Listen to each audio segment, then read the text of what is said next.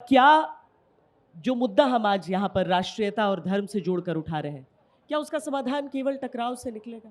क्योंकि टकराव है विचारों में। मुझे नहीं लगता टकराव है, क्योंकि राष्ट्रीयता के विषय के ऊपर, धर्म के विषय के ऊपर राष्ट्रीय स्वयंसेवक संघ 1925 से बात कर रहा है। और इतना ही नहीं तो वो परसुएशन के द्वारा ही कर रहा है, कभी कॉन्फ्लिक्ट द्वारा नहीं करता। और सबसे उनकी मित्रता है, इसीलिए नए लोग जुड़ते हैं। अब आप कहेंगे जहाँ तक धर्म का प्रश्न है, मैं कहूँगा कि पहले ये स्पष्ट कर लें कि धर्म ये मजहब नहीं है, पंथ नहीं है, ये कोई संप्रदाय नहीं है। धर्म ये भारत की आत्मा है। एकमात्र भारत ऐसा है जिसके अंदर धर्म के आधार पर राज्य चले, जिसके अंदर बेसिकली धर्म है क्या? Sense of duty, sense of ethics, sense of duty to each other. पिता का धर्म है, पुत्र का धर्म है, गुरु का धर्म है, राजा का धर्म है।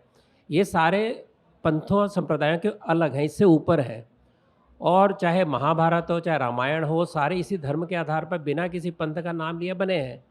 तो भारत की आत्मा उस धर्म में है, और भारत जो राष्ट्र है ये उस धर्म के आधार पर बना है, जो एक न्याय की बात करता है, जो समता की बात करता है, सबको, सब विचारों को स्वीकार करता है, एकम सत्य विपर बहुधा वदंती इत्यादि इत्यादि। और कई बातें हैं जो आगे आप चर्चा करेंगे मैं बताऊंगा।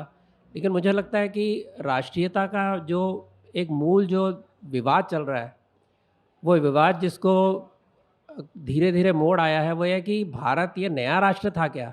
क्या भारत 15 अगस्त 1947 को पैदा हुआ a nation in the making था, या भारत कम से कम 10,000 साल पुराना एक जीवंत राष्ट्र था सांस्कृतिक भौगोलिक दृष्टि से, जिसके अंदर राजा का युवा होंगे, लेकिन राष्ट्र ये पुरातन काल से माना जा रहा है। चाहे वो उसके उसके वेद के अंदर 72 बार राष्ट्र की बात होती है, चाहे आप आएँ तो रामायण के अंदर पूरे भारत का डिस्क्रिप्शन है, महाभारत में तो भारत नाम भी आ गया, जिसके अंदर संजय 151 नदियों की और 180 गणराज्य की बात करता है।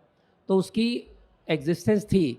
ये मूल जो है ये विवाद का प्रश्न है, जो धीरे धीरे सुलझ रहा है, क्योंकि एकमात्र भारत ऐसा है जहाँ पर आज़ादी के 75 साल बाद भी हम कौन हैं, हमारा राष्ट्र क्या, इसका प्रश्न है। बाकी किसी देश को शंका नहीं है, हमें शंका होती है, क्योंकि हम कुछ अलग व्यू से, लेफ्टिस्ट व्यू से भारत को ब्रिटिश व्यू से देख रहे थे, जो अब बदल रहा है।